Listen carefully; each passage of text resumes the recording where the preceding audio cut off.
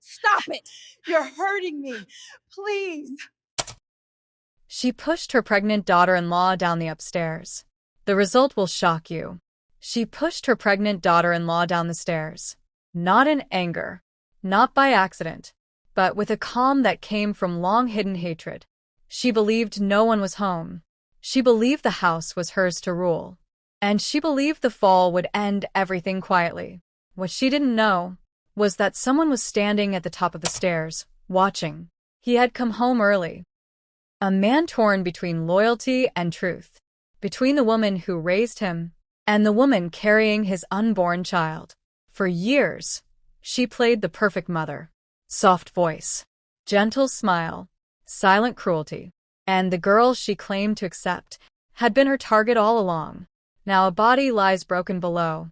A life hangs between breath and silence. And a secret meant to die in that fall has just been exposed. This is no longer a family matter. It's a moment of reckoning. Because tonight, a mother will lose a son, a wife will fight for her life, and a truth buried for too long will demand blood. Before we begin the story, tell us in the comments where you are watching from and what time it is in your country. If emotional stories of fate, kindness, and unexpected truth move you, subscribe to the channel and stay with us. Things like this happened in Lagos, Nigeria, behind tall gates, polished tiles, and smiling family photos that lied better than people ever could. The morning began with movement. Sunlight crept through the narrow windows of the staircase, slicing the air into pale gold strips that settled on the marble steps. Ngozi Chima moved slowly upward, one careful foot at a time, her palm resting instinctively on her swollen belly. Each step carried weight of pregnancy, of exhaustion, of years spent trying to belong in a house that never truly opened its doors to her. Her breathing was shallow, measured, the kind that came from someone who had learned to make herself small. Behind her, the house was quiet, too quiet, and in that quiet, something waited. The silence broke with a shift. A presence moved closer, not hurried, not angry, calculated. Arakawa Uwadiagwa stood just a step behind Ngozi, her wrapper perfectly tied, her face calm in a way that felt rehearsed. This was not the face of rage. It was the face of someone who had imagined this moment many times before. Her eyes didn't flinch. Her hands didn't tremble. And in that stillness, the air tightened, as if the house itself knew something irreversible was about to happen. The push came, without warning. A sudden force. Sharp. Precise. A firm shove between the shoulders that carried intent, not impulse. Ngozi's balance broke instantly. Her foot slipped. Her body tilted forward, and the world seemed to tilt with her. Time slowed into fragments, fabric brushing skin, the scrape of slippers on marble, the rush of air tearing past her ears. Her hand flew instinctively to her belly, panic flooding her veins as gravity claimed her body. The fall was violent and unforgiving. Her body hit the steps in a brutal rhythm, thud, crack, slide, each impact echoing like a drumbeat through the house. Her head struck the rail, her side slammed against the edge of a step, and pain exploded through her spine in white-hot bursts. The sound was not just of flesh meeting stone. It was the sound of something precious being torn away. Somewhere between the third and fourth step, her scream broke loose, raw, terrified, maternal. The house absorbed everything. The walls did not protest. The staircase did not soften. The air did not rush to save her. When Ngozi finally landed at the bottom, her body lay twisted in a way it was never meant to be. One leg bent wrong, one arm pinned beneath her. Her breath came in shallow gasps, each one thinner than the last. Blood pooled slowly near her temple, spreading like a dark secret no one wanted to touch. And her hand, still pressed against her belly, trembled. Arakawa did not rush forward. She stood at the top of the stairs, looking down, her expression unreadable. There was no scream, no cry for help, only a long, measured stare, as if she were inspecting the result of careful work. This was not shock. This was confirmation. the kind that comes when a long-held plan finally unfolds. In her mind, the noise would fade, the body would be explained, and the house would return to silence. But silence didn't last, because somewhere above, just beyond the curve of the staircase, a door creaked softly open. Footsteps paused, and a breath, sharp, stunned, unmistakably human, caught in the air as someone unseen stared down at a truth that could never be undone. The house had always spoken first through its stillness. Long before screams or footsteps or falling bodies, the mansion in Lecky announced itself with quiet control. Tall gates sealed the compound from the noise of Lagos traffic, and inside, the air felt heavier than the heat outside. Every surface shone: polished floors, spotless walls, carefully arranged furniture. But the shine carried a warning. This was not the warmth of a home. It was the cold order of a place where nothing happened unless it was permitted. Even the clocks ticked softly, as if afraid to be heard. Morning routines moved like rehearsed rituals. Doors opened and closed without slams. Slippers slid gently across tiles. Servants lowered their eyes and spoke in half-sentences, careful not to attract attention. In this house, silence was not peace, it was survival. Everyone understood the unspoken rule: observe, obey, endure. Questions created problems. Opinions created enemies. And the woman at the center of it all never had to raise her voice to be feared. Arakawa Uwadiagwa ruled without shouting. Her authority was woven into the air itself. A glance could freeze movement. A pause could empty a room. She carried herself with the confidence of someone who had never been challenged and never expected to be. Her kindness appeared only when others were watching, at church, at family gatherings, during phone calls filled with loud praise and prayerful tones. Inside the house, her silence did the work of cruelty far better than anger ever could. Ngozi learned the rules quickly after marriage. At first, she mistook restraint for wisdom and control for discipline. She adjusted her tone, softened her steps, measured her words. Each correction was small but constant: how to sit, how to greet, how to exist without causing discomfort. Over time, the house trained her body before it broke her spirit. She learned when to speak and when to disappear. And when she became pregnant, the rules tightened instead of loosening. Fear settled deeper with every passing week. The pregnancy did not bring protection. It brought scrutiny. Every movement was watched, every mistake recorded. Ngozi's growing belly became both her shield and her vulnerability. She was told patience was virtue, endurance was love, silence was strength, and the house rewarded her compliance with temporary calm, never kindness. The walls witnessed everything and betrayed no one. They absorbed insults whispered like advice. They held the echo of quiet sobs late at night. They watched power move from room to room without resistance. The staircase, especially, felt like a boundary. Above it, authority. Below it, submission. No one crossed that line without permission. And no one imagined it would become the place where truth finally broke free. Because fear only works until it is interrupted. And somewhere within those walls, pressure had been building for years. Waiting for the moment silence would crack, and the house would be forced to choose between hiding the truth or letting it bleed into the open. Ngozi Chima learned to endure before she learned to hope. From the first week she entered the house as a wife, her body adjusted to tension the way skin adjusts to heat, slowly, painfully, without complaint. She woke before dawn, even when sleep clung to her bones, moving quietly so her presence would not feel like an intrusion. In the mirrors lining the hallway, she often caught her reflection shrinking, shoulders pulled in, eyes lowered, steps careful, as if the house itself demanded she take up less space.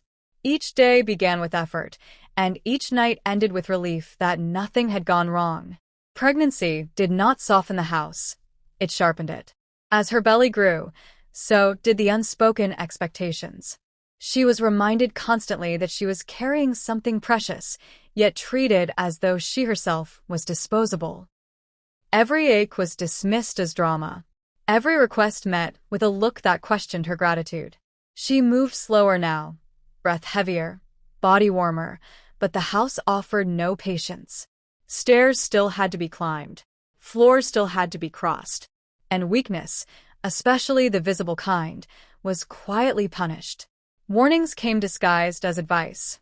Well-meaning relatives told her stories of women who endured worse and survived. Friends urged silence in the name of peace.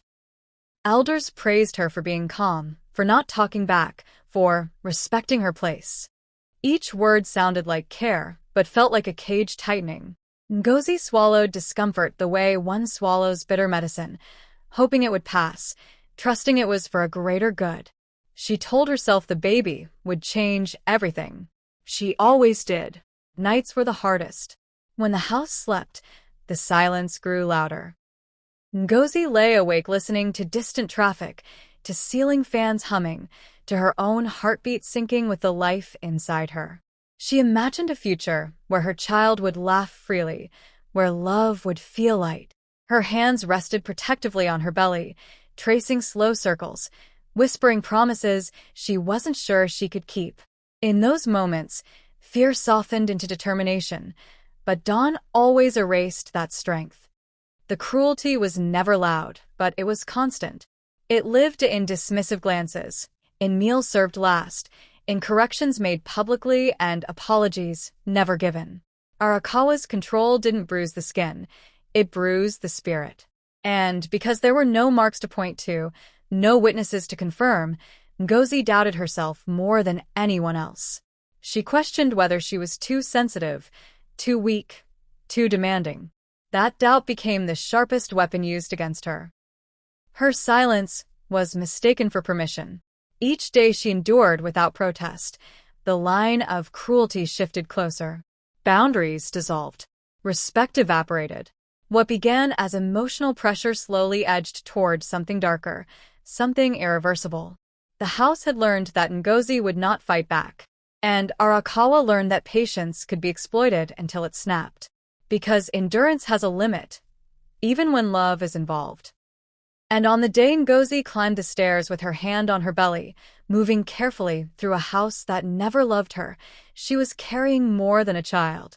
She was carrying every insult she forgave, every warning she ignored, and every silence that told her to stay quiet, unaware that all of it was about to collide in a moment she would never get to walk away from. Arakawa Uwadiagwa mastered the art of being admired long before she mastered cruelty. In public, she moved like a woman carved from respectability, head held high, wrapper neatly pressed, voice soft enough to sound holy. At church, she was the first to arrive and the last to leave, hands lifted in prayer, eyes closed as if heaven itself leaned in to listen.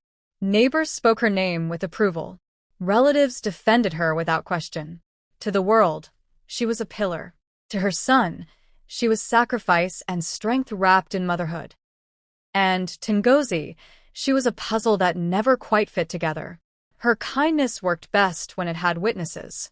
She smiled broadly in gatherings, touched Ngozi's belly in front of guests, spoke blessings that sounded sincere enough to silence doubt. She praised endurance loudly and corrected gently, always where others could hear. Every gesture was measured, every word placed carefully, like furniture arranged to hide a crack in the wall. If cruelty ever appeared, it came wrapped as concern. If control tightened, it was called guidance. And anyone watching would swear she meant well.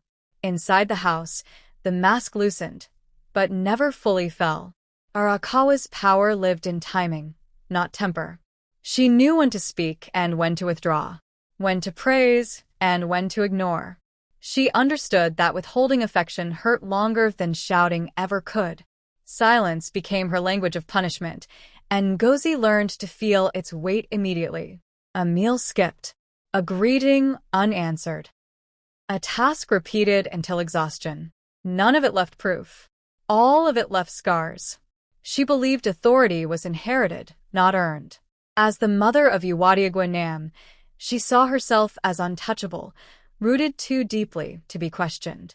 She reminded herself often of what she had endured raising him, the sacrifices she had made, the years she believed entitled her to obedience. In her mind, Ngozi was a guest who had overstayed her welcome, a presence that threatened order, a womb that carried influence she could not control. Jealousy did not arrive suddenly.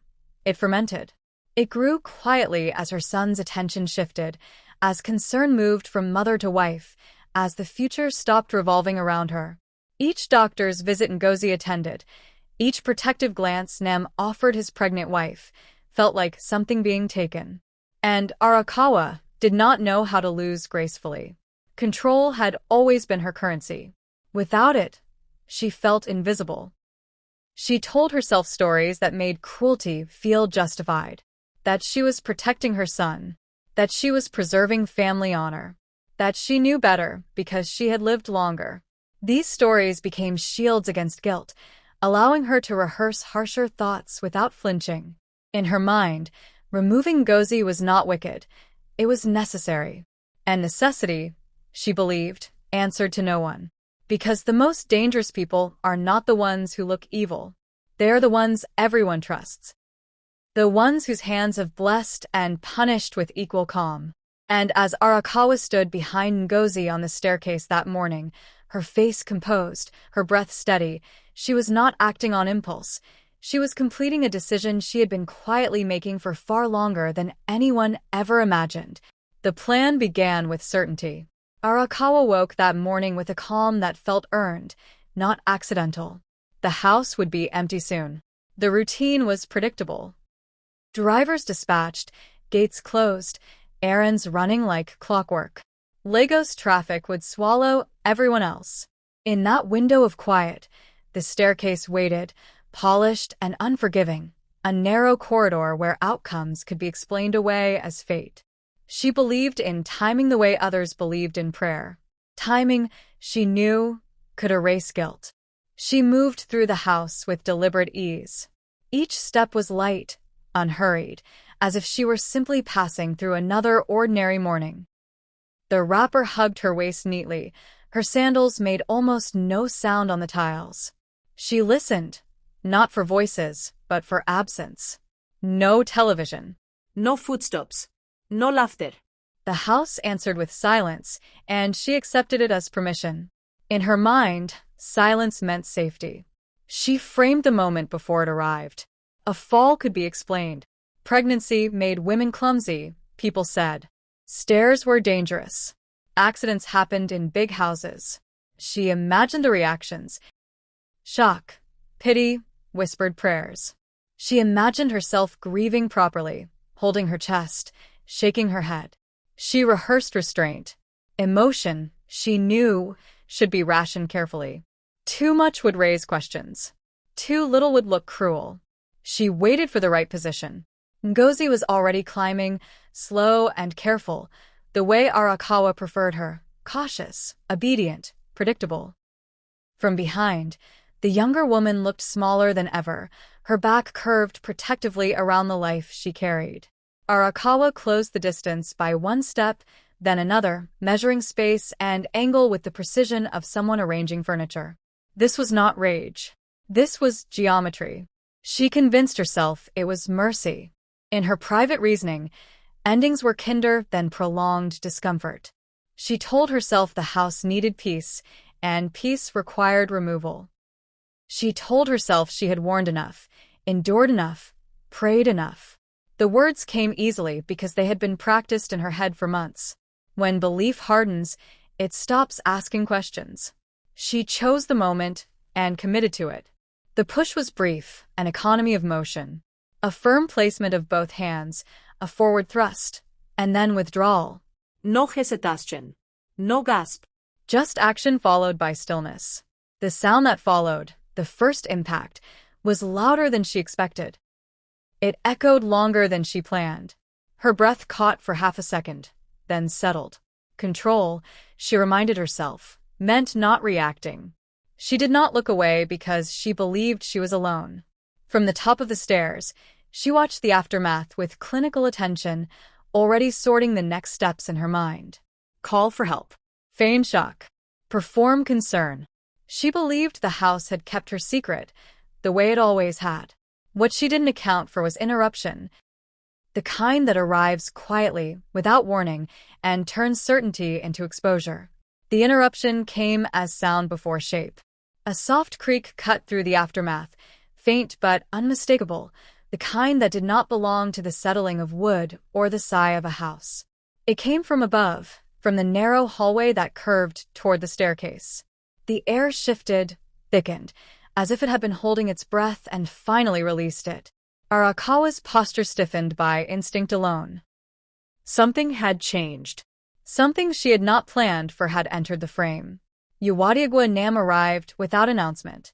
He had returned early, Lagos traffic mercifully light for once, his mind still occupied with unfinished calls and the weight of responsibility that followed him everywhere. His shoes were still in his hand, his steps quiet out of habit, when his eyes landed on the scene below. The image assembled itself too quickly for denial. His mother at the top of the stairs, his wife broken at the bottom, blood-staining marble that had been spotless minutes earlier. His breath stopped mid-inhale. The moment refused to be misunderstood. This was not confusion, not coincidence, not the blur of panic. His mind replayed what his eyes had caught, hands moving forward, a body pitching into space, gravity finishing what intention had begun. Time fractured, splitting into before and after, and the comfort of childhood memories shattered under the weight of adult truth. The woman who raised him and the woman carrying his child occupied the same frame, and one of them had chosen violence. His body reacted before his thoughts could settle. A sharp intake of air burned his chest. His pulse thundered in his ears, drowning out everything else. He gripped the railing to steady himself, knuckles whitening as disbelief fought clarity. The house felt suddenly hostile, unfamiliar, like a stranger wearing the face of home. He wanted to look away. He didn't. He couldn't. Arakawa sensed the shift without turning. Power, she had learned, made a sound when it slipped. The silence behind her no longer felt obedient. It felt watched. Slowly, too slowly, she turned her head, her expression arranging itself out of habit. The calm she wore a moment ago struggled to hold its shape. For the first time, calculation met consequence. Her eyes met her son's, and in that second, control faltered. The truth expanded between them without words. No explanation formed. None was needed. The distance between mother and son stretched wider than the staircase itself, filled with years of trust collapsing at once. Nam saw not the woman he defended for decades, but the act she could never undo. And Arakawa saw something she had never faced before, not obedience, not fear, but judgment. Because once a truth is witnessed, it cannot be returned to silence. The house had finally spoken, and it had spoken through the eyes of a son who could no longer pretend. As Nam took his first step forward, torn between rushing to his wife and confronting his mother, the question pressed down harder than any sound. What does a man do when the truth destroys the very thing that taught him what truth was supposed to be? The first movement was instinct, not choice.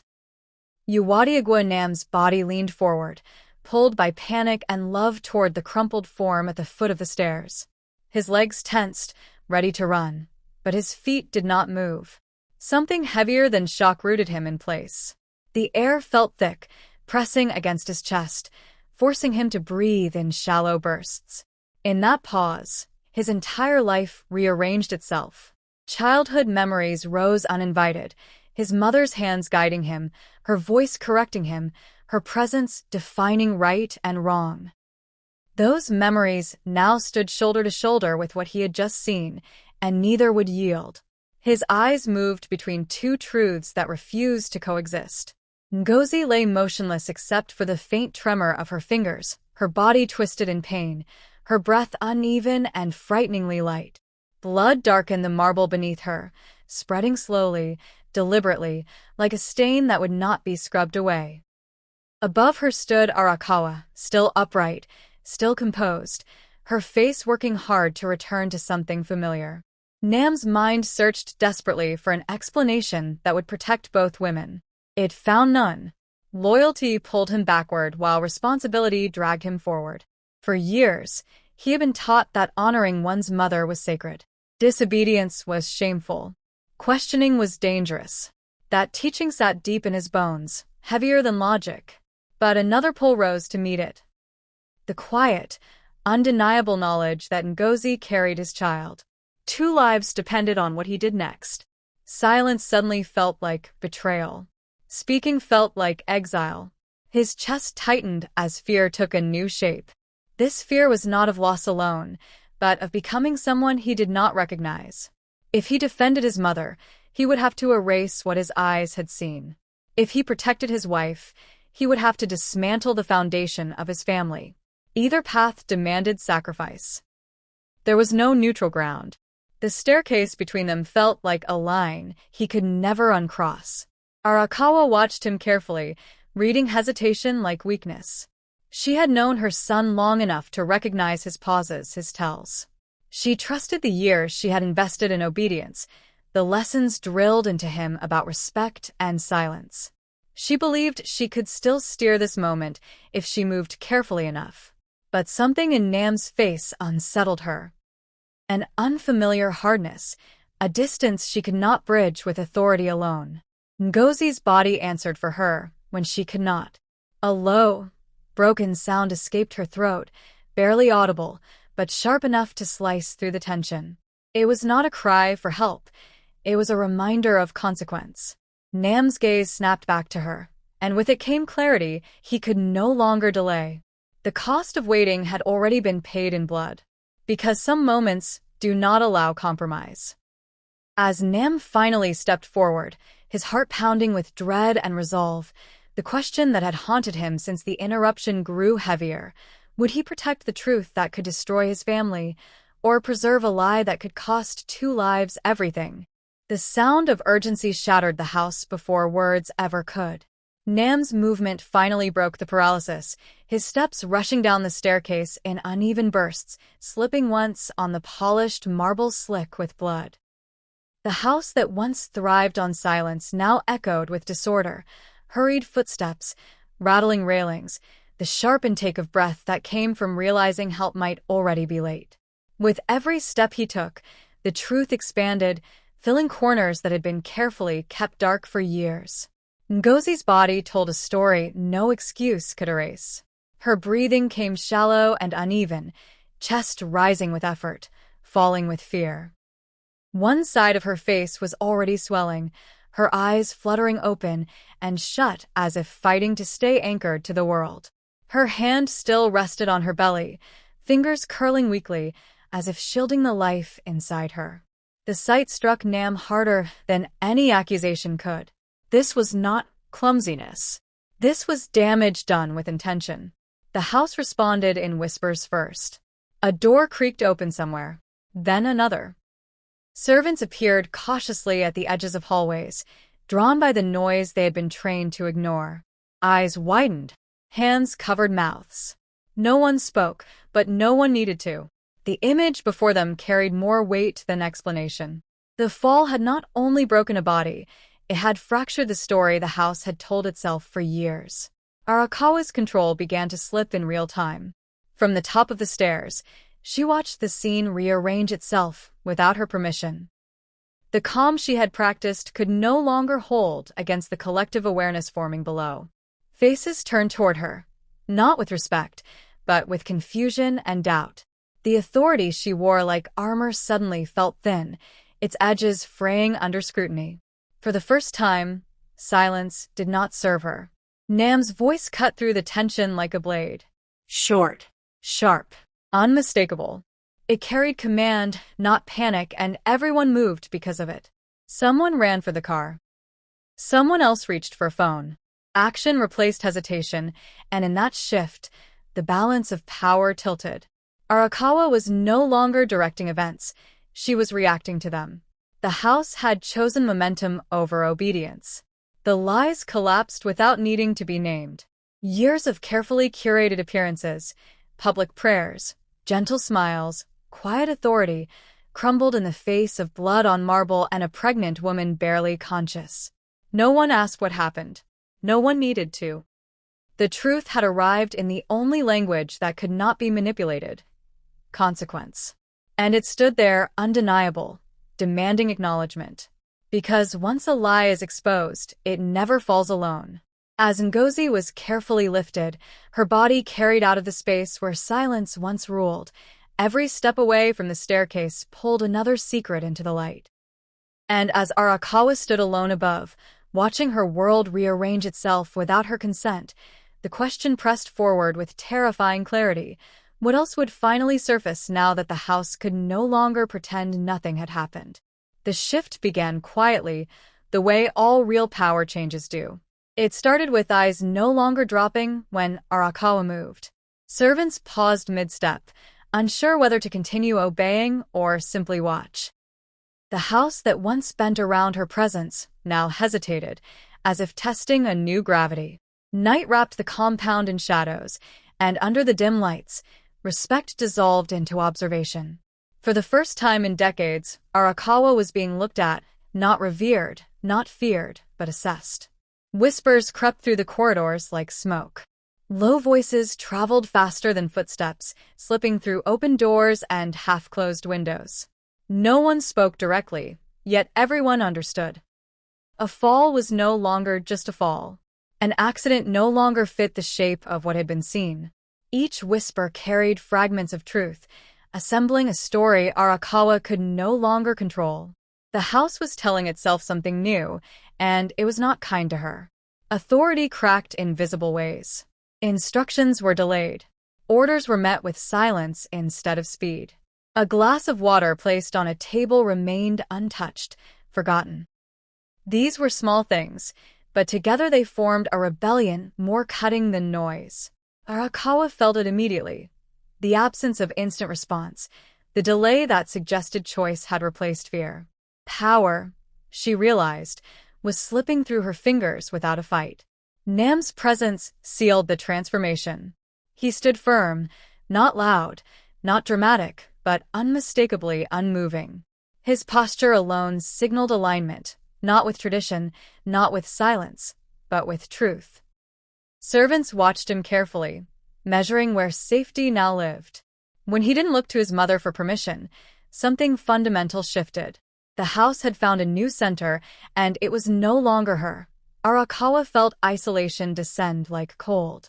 The familiar warmth of dominance evaporated, replaced by distance. No one stood close enough to offer comfort. No one rushed to defend her reputation. The walls she once used as shields now felt like witnesses. She had ruled through fear for so long that she never built loyalty, and now fear had abandoned her entirely. The queen discovered what power never teaches. Control can command silence, but it cannot by devotion. Authority can suppress voices, but it cannot erase memory. The people who once bowed had only been waiting for permission to stand upright. That permission arrived the moment truth became unavoidable, because the fall did more than injure a body. It dethroned a ruler. As the house settled into a tense, unfamiliar stillness, one reality became clear. Arakawa was no longer in charge of the narrative, the space, or the outcome. And when a house turns against its queen, it does not do so gently.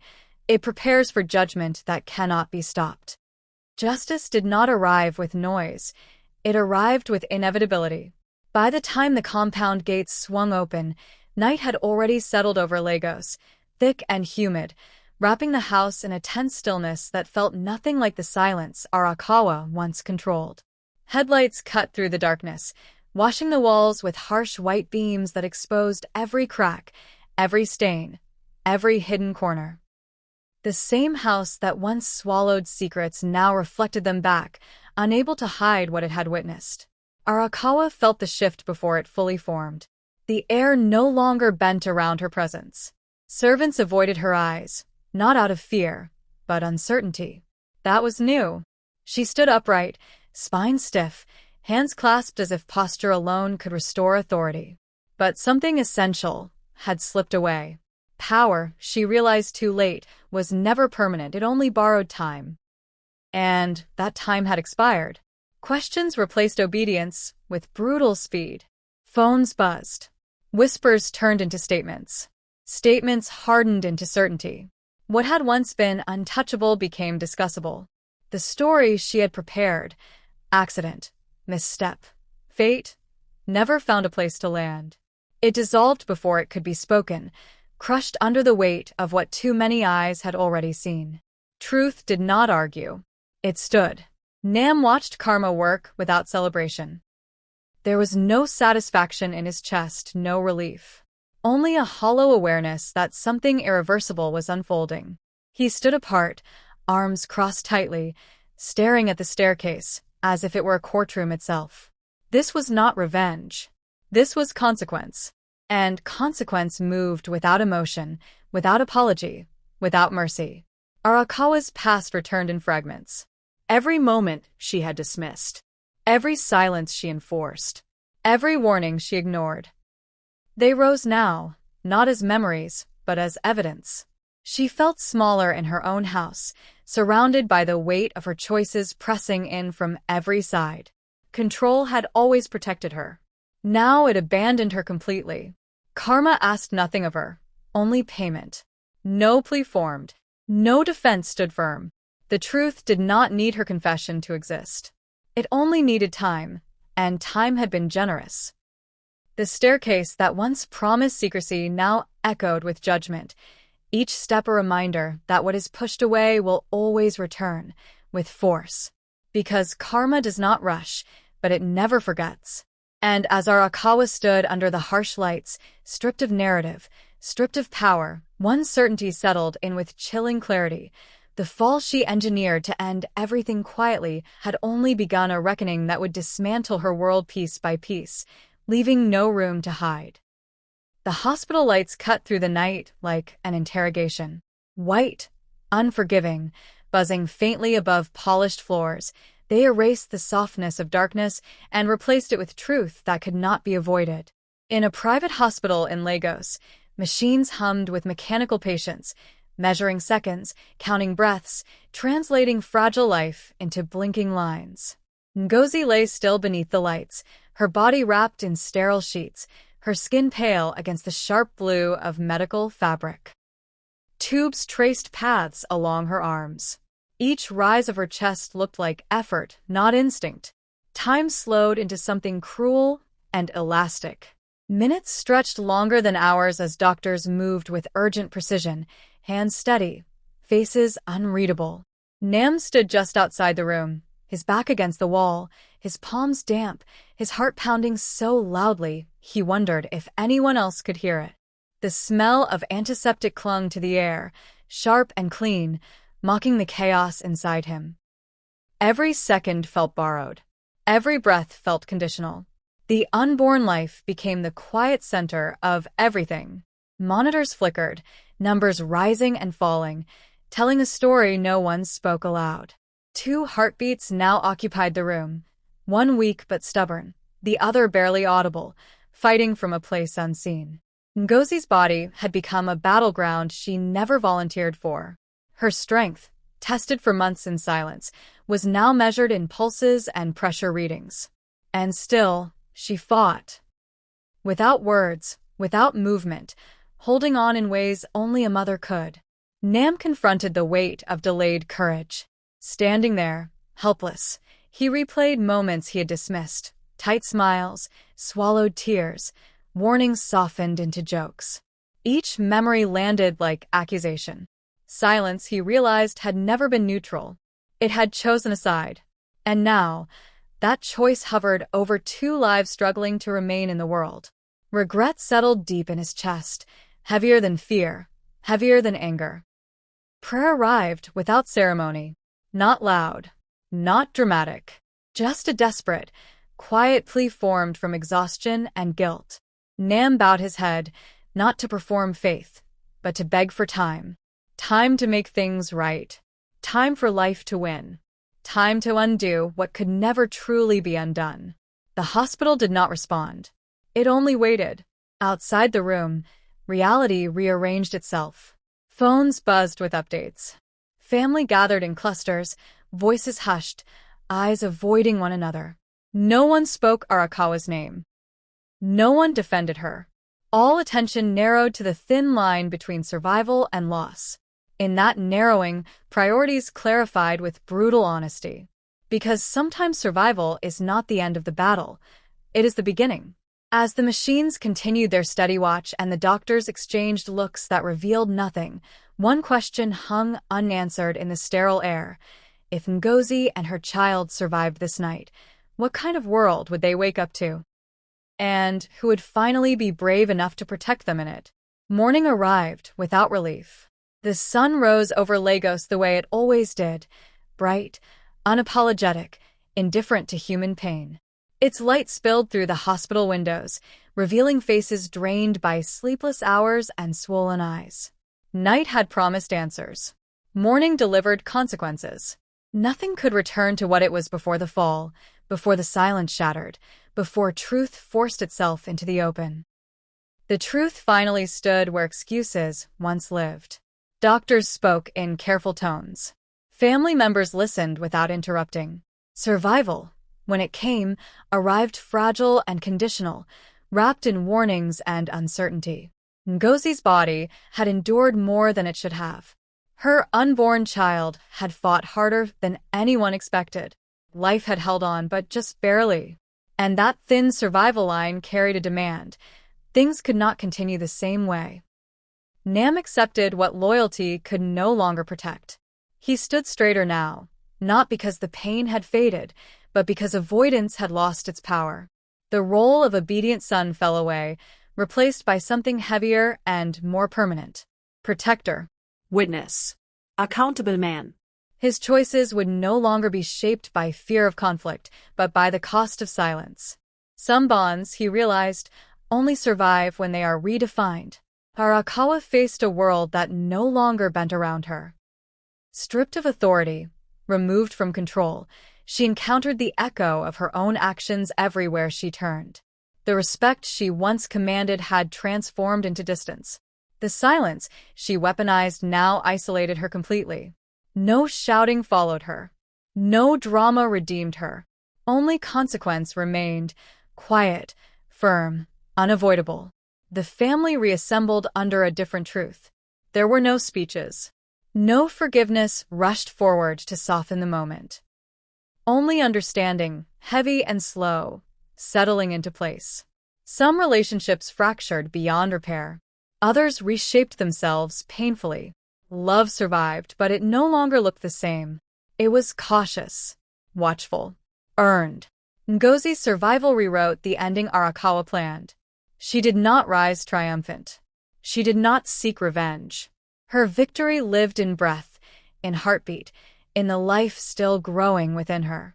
Strength, she proved, was not loud endurance. It was survival with truth intact. The silence she once carried alone now belonged to everyone who had ignored it. And the reckoning left one final question behind. How many tragedies are born because silence feels easier than confrontation? And how many lives could be saved if courage arrived sooner?